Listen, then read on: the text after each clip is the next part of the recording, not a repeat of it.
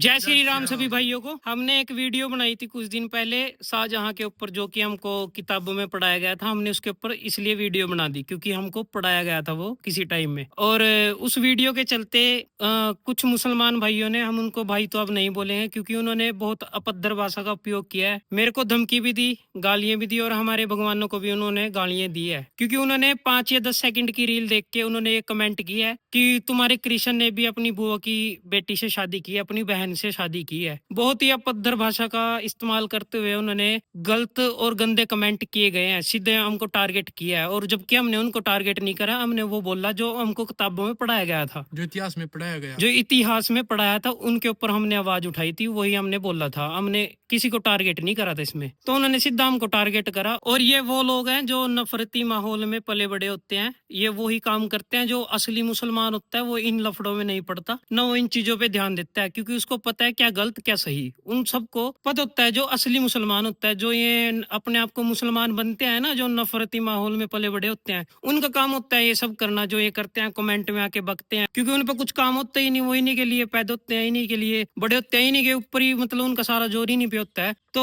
उन्होंने सवाल किया था भी तुम्हारे जो कृष्ण है, उन्होंने अपनी बुआ की लड़की से शादी की थी। तो मैं उसको बता दूं भाई, वो सगी बुआ नहीं थी। मतलब जो उसके पिता थे वासुदेव, उनकी सगी बहन नहीं थी वो। तो ये आप डिटेल में पढ़ना तो समझ आएगा। ऐसे तो मैं एक वीडियो में, एक रील में पूरी डिटेल में नहीं बता सकता आपको। तो उन्होंने 5-10 सेकंड की रील देख के ये कमेंट गंदी बक दी, और उन्होंने पूरा नहीं पढ़ा। वो उनके खून का रिलेशन नहीं था, वो दूर की बहन थी जिसके साथ शादी की, और वो उसके लिए युद्ध किया गया था, तब उससे शादी की। और ना कि अपनी सगी बेटी से या सगी बहन या ऐसे नहीं शादी करते हो। जो भी था सामाजिक कुछ रीजन था, तब शादी की है। कोई भी हमारा जो सनातन धर्म है उसमें कोई ऐसा दाग आपको नहीं मिलेगा। आप ध्यान से पढ़ोगे तो सब समझ आएगा। ऐसे गंदी कमेंट करने से, गंदे विचार रखने से कोई फायदा नहीं है। नफरत फैलाने का काम मत करो भाई। समाज में रहना है तो अच्छे से रहो, ऐसे गंदे कमेंट और नफरती बयान मत दो। एक ने बोला था कि तुमको ब्रह्मा के बारे में नहीं पढ़ाया गया, कृष्ण के बारे में नहीं पढ़ाया गया। भाई अगर उस टाइम ना कांग्रेस की जगह कोई अच्छी सरकार होती तो